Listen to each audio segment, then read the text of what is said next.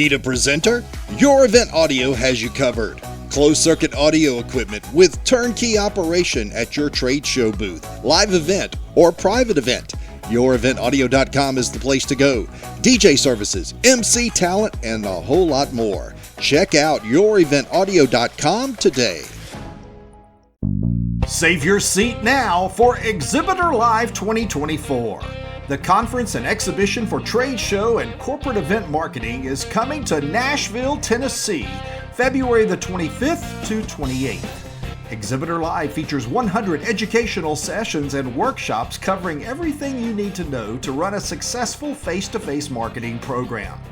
Plus, you'll enjoy 2 days to shop North America's largest exhibition of trade show and event products and services.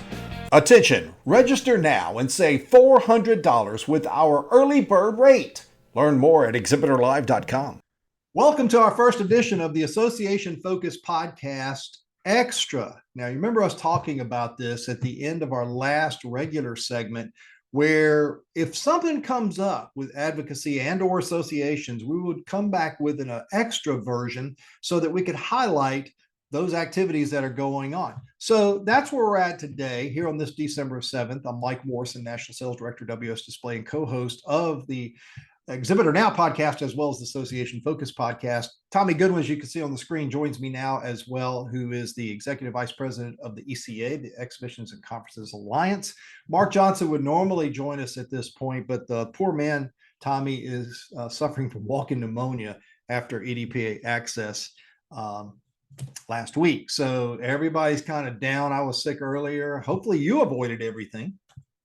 No, I have avoided everything for the time being, but fear not, I have an 8-year-old, so I look forward to catching everything between about now and April. So I will catch up and lap you guys soon enough, unfortunately.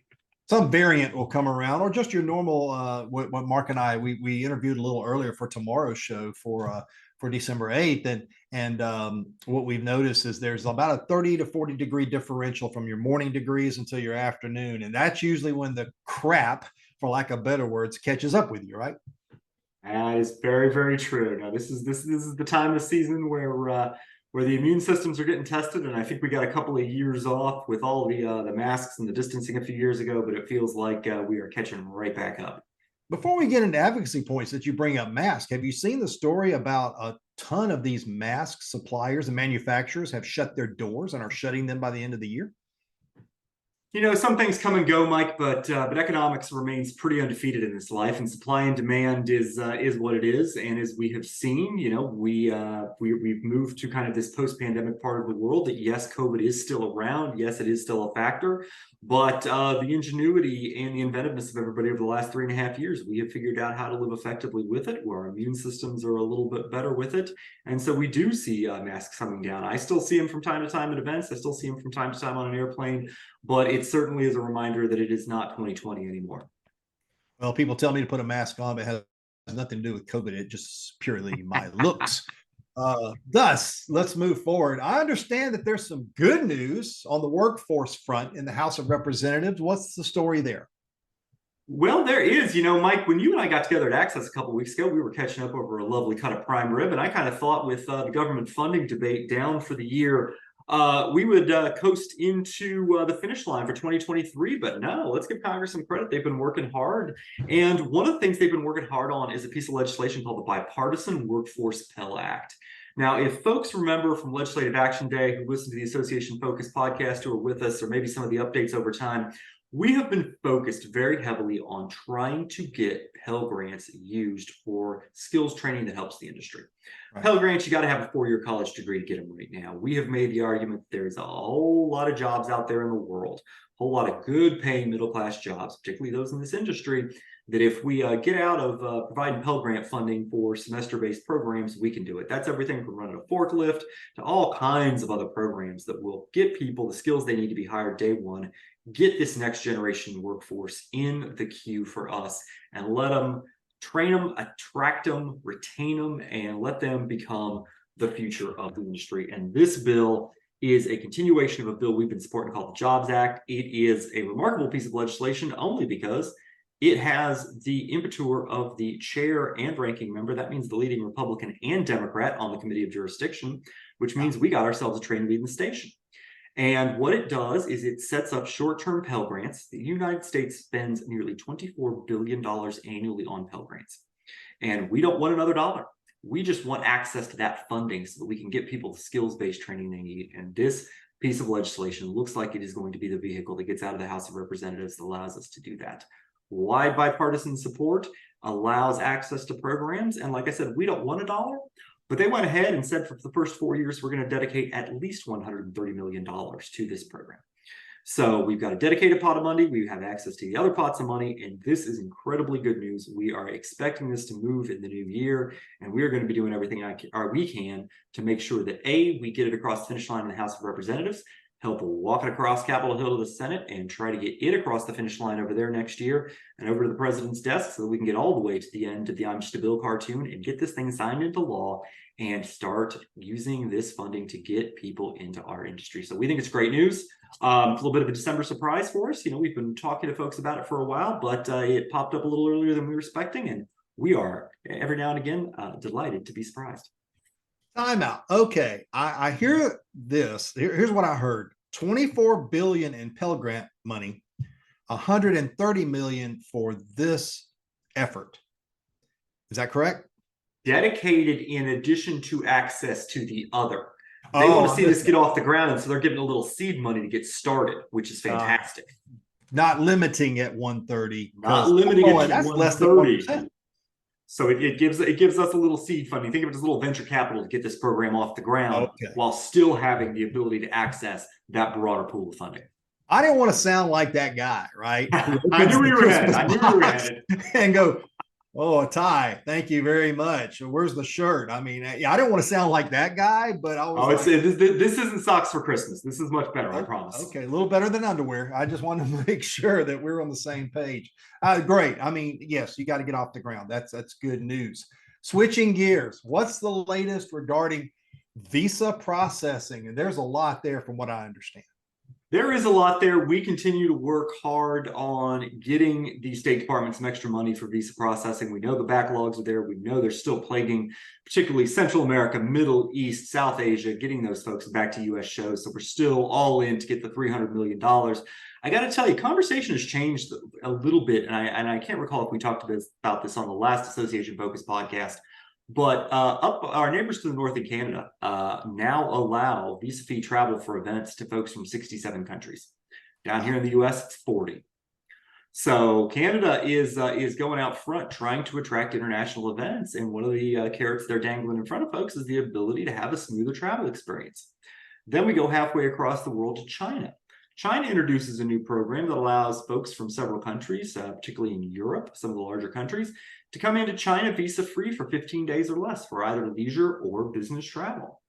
And now you've got two of the larger economies in the world kind of throwing down the green flag and saying, hey, we're open for business when it comes to these events. We want people here. We want the international visitors. We want the international exhibitors. And for their purposes, they want the international spending.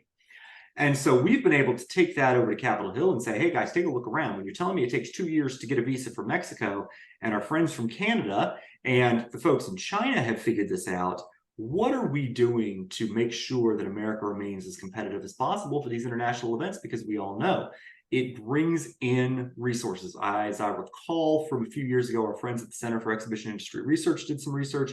I believe it's $11,000 per attendee and $36,000 per exhibitor that folks spend when they come to the United States. I would much rather have that money spent here than anywhere else. And I think our friends on Capitol Hill feel the same way. So it's allowed us to change conversation a little bit, but we're still all in trying to get that $300 million over the finish line when the government funding conversations restart next year. So Visa will still be at the top of the ECA agenda next year, but we are seeing some progress, and some of that progress is ECA related, and some of that progress is being a little jealous of the Joneses across the street, which is okay by me too. I understand the leveraging aspect of that here in on the Hill.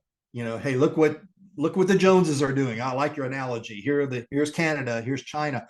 Any implementation concerns you think that especially China, that comes to mind, that after so many years of must have visa, and now you're going to say, okay, if you're here for 15 days, come on in. And I realize it's on that side of the world. I'm sure US is not going to be implemented in that group, at least not yet. But any concerns about implementation that you might see?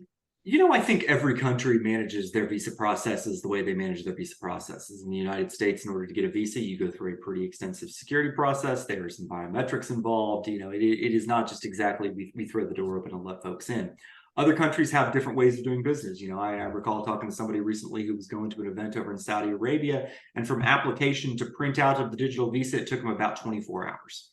So all the systems are different. Everybody does it differently. We constantly try to remind people over here stateside that, there are obviously ways of doing this that cut down on some of the administrative burden. We recognize that every visa that the State Department issues is a national security decision, and we understand and we respect that. But I think most other countries feel the same way, and yet they've found ways to do the processes a little differently and a little more expeditiously. So I don't know that necessarily there are concerns about how those get implemented. I would say it's a little less of an apples to apples comparison when you think about what happens here versus what happens abroad. But it is an interesting case study to put in front of folks and say, listen, there are others who have figured out how to make this work. Why can't we? Good point. We're going to take a quick time out, come back and wrap things up on the advocacy front here on the Association Focus podcast. Extra comes up after this.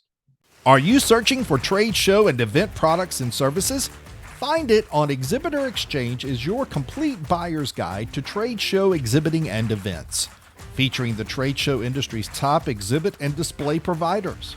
Find It on Exhibitor Exchange is the industry's best shopping and commerce resource for buyers and sellers of exhibit and event products and services. Reaching 20,000 exhibit and event buyers in every print issue of Exhibitor magazine and 140,000 exhibit and event buyers online each year. Search the listings or list your company today. Learn more at exhibitoronline.com/findit. Attention, trade show and event marketing professionals. Are you ready to take your face-to-face marketing expertise to the next level? Join more than 3,000 candidates currently enrolled in Exhibitor Group's Certified Trade Show Marketer Program. CTSM is corporate America's top source of the industry's best trade show and corporate event training. CTSM certified trade show marketers enjoy expanded career opportunities, greater respect and authority in their organizations, and earn higher salaries than their acronym-free peers. Learn more, earn more. Visit ctsm.com today. Welcome back to the Association Focus Podcast Extra. As you heard, we've talked about a couple of things so far, mainly the workforce. That's great news about the Pell Grant money and the seed money that we can have to get things started in moving that money towards tech jobs and people that need tech degrees and certifications. And maybe we could see that implemented sooner than later. Also, what's happening with the visa front. Tommy, you were in Dallas this week for Expo, talking about the intersection of trade shows and the political controversy, believe it or not, what's happening there. Give us a little bit of an update on how that went. I mean, if you've watched the news over the last year or so, you see that, state legislatures and even city councils are getting very aggressive with some policy making. And some of that is due to the gridlock here in Washington, D.C., and some of it is just due to some broader political concerns. And what we have seen in the ECA environment, and we have gotten involved in some efforts in California and Kentucky. We've just been doing something in Illinois around paid leave that might impact the industry. We're seeing that there's a lot more activity down at this level. And one of the conversations we were having down in Dallas is really focusing on making sure that cities and states nationwide have a welcoming environment for the industry. And I think that's one of the things that you're going to be seeing a lot more from ECA about in 2024 is making sure that, you mentioned, we've done some stuff in Kentucky around taxes. That's part of having a welcoming environment, right? We want to have it be economically advantageous for us to bring exhibitors and attendees to a destination and make sure we're supporting the local economy, right? We don't welcome for barriers on that. We want to make sure that we get in front of any state or local efforts to, block our ability to operate our businesses the way we want to, right? We're not looking for, onerous challenges, whether they be cultural, whether they may be operational, that are going to prevent people from coming together. We're not folks who see the benefit of boycotts. A lot of people have been doing event boycotts based on some policy concerns. We don't necessarily look at that, but at the same point in time, we're not looking for policies to come on the books that are going to restrict our ability to operate and our ability to do business and put on the events we want. And then, you certainly have seen in some cities, there are issues of safety, there are issues of crime, and we want to make sure that the red carpet is rolled out to our industry. So we talked about all those issues together.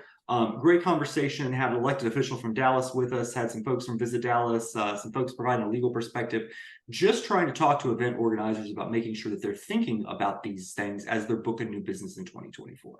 Right? If you're going to make an investment in a community, you want that community to make an investment back in you. And I think as the pre-election gridlock starts to take hold in Washington, D.C., you're going to start seeing the states get more and more active. And maybe some of them are going to be doing some things we can get behind, and maybe some of them will be putting forward some ideas that we might need to stand with our hand out and yell stop. But as folks listen to this podcast and see more from ECA in the coming years, I might expect to see a little bit more on the state and local front. Bonus question. And you kind of hit on it a little bit in your description there. I'm the outsider looking in, and I'm watching TV, and I'm seeing in the news, and I'm seeing impeachment articles being confirmed now by the House. And of course, there's the expulsion that just happened the last couple of weeks. And then there's the balance of the House and all of the headlines that happen there. Other issues that kind of my concern as an industry person is, does that really taint our efforts for our, as well as other industries, to get work done on the Hill, or is it just adapt and overcome? I think that's a great question, actually, and it's adapt and overcome, right? We've talked before on this podcast about the difference between show horses and work horses. And you talk about that Pell Grant bill we were talking about at the beginning. That's the workhorses coming together, overcoming some partisan concerns, and putting something out on a bipartisan basis that they think can pass Congress. And we're going to try to fan the embers of every one of those efforts that we see, whether it's on that, whether it's on visas, whether it's on pandemic risk insurance. We're going to continue to do the work. And a lot of that work doesn't make the front pages. A lot of that work doesn't make the paper in general. A lot of it doesn't make the news. And that's okay.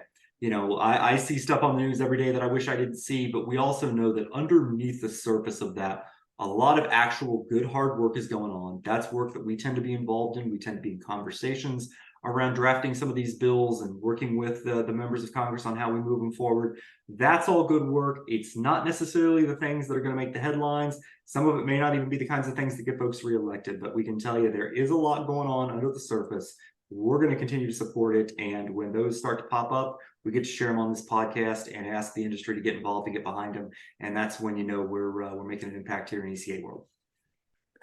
So the moral of this story is, stop looking at the show horses and give the extra feed to the workhorses. And the workhorses are the ones that get the job done, and they're the ones we're going to ride as far as we can ride them. There's your update on the Extra from the Association Focus podcast.